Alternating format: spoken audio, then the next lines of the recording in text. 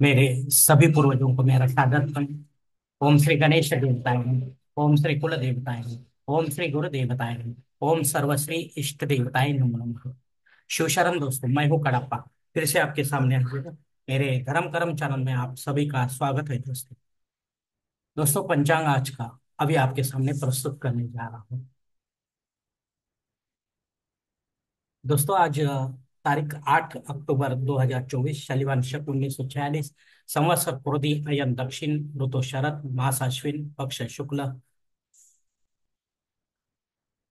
तिथि दोस्तों आज की पंचमी तिथि है। सुबह 11 बजकर 19 मिनट के बाद षष्ठी तिथि शुरू होगी। वार मंगलवार है। नक्षत्र दोस्तों ज्येष्ठा नक्षत्र है। कल सुबह 4 बजकर 8 मिनट के बाद मूल नक्षत्र शुरू होगा। योग दोस्तों आयुष्मा योग है। सुबह 6 बजकर 51 मिनट के बाद सौभाग्य योग शुरू होगा। करण दोस्तों बालव करण है। सुबह 11 बजकर 19 मिनट के बाद कौलव करण शुरू होगा। और रात 11 बजकर 51 मिनट के बाद तैतिल करण शुरू होगा। दोस्तों, प्रमुख ग्रहों की राशि स्थिति सुबह 5:30 बजे कुछ इस तरह होगी। सूरज अपने सूरज जो है वो कन्या राशि में होगा, चांद वृश्चिक राशि में, गुरु वृषभ राशि में और शनिदेव अपने कुंभ राशि में होंगे। मुंबई विभाग में सूरज का आगमन और निगमन कुछ इस तरह होगा। आगमन जो है सुबह 6 बजकर 32 मिनट पर होगा। और निगमन जो है शाम 6 बजकर 20 मिनट पर होगा। इस पंचांग के आधार पर अब हम आज के पूजा के लिए लगने वाला संकल्प छोड़ने जा रहे हैं। तब आप आपके दाहिने हाथ की हथेली पर थोड़ा सा जल, थोड़े अक्षर, एक फूल या फूल की पंखुड़ी ले दोस्तों, और ये संकल्प बोलना शुरू कर दो। हर शिव शिव शंभो रात्रि प्रवर्तमान सद्य ब्रह्मण द्वितीय पराते श्वेत वराह करते वैवस्वत मनवंतर कलियुगे प्रथम पाते जम्बूद्वीपे भरतवर्ष भरतखंडे मेरो दक्षिण दिग्भागे महाराष्ट्र देशे व्यावहारिक चंद्रवाणी शालिवान शक 1946 प्रभावादि षष्ठी संवत्सरों में क्रोधी नाम संवत्सरे दक्षिणायने शरद ऋतु अश्विन मासे शुक्ल पक्षे मंगलवार वासरे ज्येष्ठा नक्षत्रे आयुष्मा योगे बालव करने पंचमे शुभति तो वीर गोत्र में उत्पन्न मैं कड़प्पा मोह पात दुरित क्षय द्वारा श्री पार्वती पति परमेश्वर प्रीत्यर्थ विधिवत पंचोपचार नित्य देव पूजा एवं इष्टलिंग पूजा करिष्ये। दोस्तों, यह संकल्प यहीं पर खत्म हो चुका है। अब आप आपके दाहिने हाथ की हथेली पर जो संकल्प का पानी है वो सामने वाली थाली में छोड़ दो दोस्तों। दोस्तों, इस संकल्प की काल मर्यादा जो है सुबह 6 बजकर 51 मिनट तक है।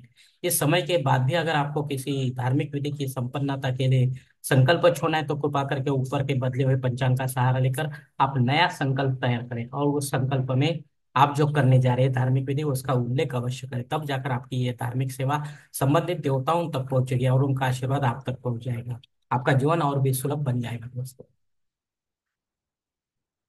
दोस्तों, अब मुहूर्त विभाग में देखेंगे। इसमें धार्मिक विधि और उनके मुहूर्त काल कुछ इस प्रकार दिए गए हैं। सबसे पहले सगाई के लिए मुहूर्त है तारीख 9, 11, 12, 13, 16, 18, 21, 26।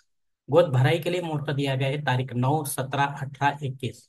नामकरण करने के लिए मुहूर्त दिया गया है तारीख 12, 17, 18, 21, 23 और 24। मुंडन करने के लिए मुहूर्त दिया गया है तारीख 13, 17, 18, 21 और 24। गृह प्रवेश करने के लिए मुहूर्त दिया गया है तारीख 9, 11, 12, 13, 17, 18, 21 और 24। मुहूर्त के दूसरे भाग में देखेंगे दोस्तों। जनेऊ संस्कार के लिए माघ मास के बिना कोई मुहूर्त अब नहीं है। शादी ब्याह करने के लिए, वास्तु शांति करने के लिए और भूमि पूजन तथा पाया भरनी करने के लिए कार्तिक मास के बिना कोई मुहूर्त अब नहीं है दोस्तों। दोस्तों, देव मूर्ति की प्राण प्रतिष्ठा अगर आपको करनी है तो भगवान विष्णु और देवी माँ की आप कर सकते हैं या इनके अवतारों की कर सकते हैं, लेकिन पंडित के माध्यम से विधि विधान से करें, घर पर करें या तीर्थ क्षेत्र में करें, लेकिन देव काल में करें। और इसके बाद प्राण प्रतिष्ठा होने के बाद आपको हर दिन इन देवताओं से संबंधित अभिषेक लेना जरूरी है, जैसा कि पुरुष सूक्त हो या स्त्री सूक्त हो। अगर आप अभिषेक युक्त सेवा नहीं करेंगे मूर्ति की तो एक दिन वो खंडित मानी जाएगी और उसका विसर्जन आपको करना पड़ेगा दोस्तों। तो सोच समझकर आपको ये कर्मकांड करना है दोस्तों। इसके लिए मुहूर्त दिया गया है तारीख 11, 13, 17, 18, 21, 23 और 24। दोस्तों, ऊपर दिए गए कुछ मुहूर्तों के तारखों में समय की पाबंदी हो सकती है। मुझे जानने के लिए कृपा करके आप मुझे कमेंट्स बॉक्स में पूछ सकते हैं या सही पुरोहित से संपर्क करें या पंचांग धारक से संपर्क करें, तब जाकर आप अपने जन्म कुंडल के अनुसार आपके लिए अपने योग्य मुहूर्त चुने दोस्तों, ताकि आपको विधि संपन्न होने तक कोई भी प्रॉब्लम ना आए दोस्तों। और ऐसा मुहूर्त आपको अगर नहीं मिलता है तो कृपा करके आप खुद होके या पंडित के माध्यम से नया कोई मुहूर्त निर्माण ना करें, क्योंकि वो मुहूर्त ना होने की वजह से उसका फल आपको कुछ भी नहीं मिलेगा दोस्तों। दोस्तों, पंचांग में दी गई कुछ अन्य महत्वपूर्ण जो जानकारी है वो अब हम देखेंगे। पंचांग शुद्धि दोस्तों वर्ज दिन है, दिन अच्छा नहीं है। दिन विशेष दोस्तों 5 रात के लिए घट स्थापना अगर आपको करनी है, मतलब प्रतिपदा से लेकर चतुर्थी तक आपको घट स्थापना करने को नहीं मिली कुछ कारणवश, तो आज से आप घट स्थापना कर सकते हैं अपनी कुल देवी की विधिवत पंडित के माध्यम से। षष्ठी श्राद्ध कर्म भी है दोस्तों। अगर आपके पिताजी इसी तिथि पर अगर आपको छोड़कर निकल गए हैं परलोक, तो कृपा करके उनके नाम से आपको पिंडदान युक्त श्राद्ध कर्म करना है दोस्तों। पंडित के माध्यम से अपराह्न काल में करना है, विधिवत करें, चाहे वो तीर्थ क्षेत्र करे या घर पर करे।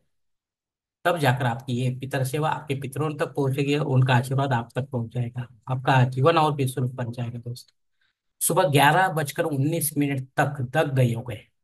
ये जनन शांति के संबंधित योग है। कोई बच्चा अगर इस समय के पहले पैदा होता है तो उसकी जनन शांति 12वें दिन करनी पड़ती है पंडित के माध्यम से घर पर। अगर नहीं करेंगे तो आगे चलकर आपको याद नहीं रहेगा, क्योंकि अगले पंचांग में ये योग नहीं दिया जाता है, इसी साल के पंचांग में दिया जाता है। और पंडित भी आपको नहीं बोल सकते।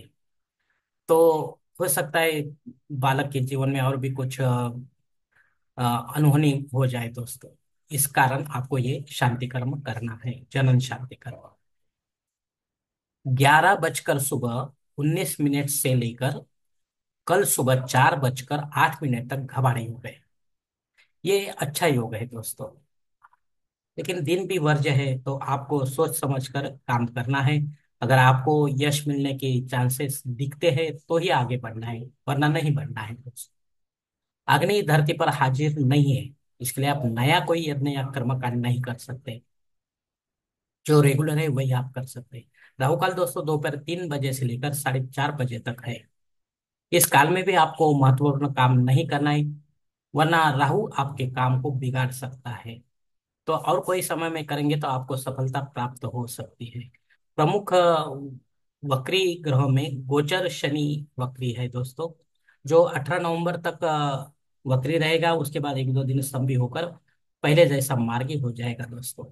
और ये शनि ग्रह जो है, वक्री शनि ग्रह, गोचर शनि ग्रह, जैसा आपको है वैसा ही आपको फल देगा, शुभ या अशुभ फल। धन्यवाद दोस्तों।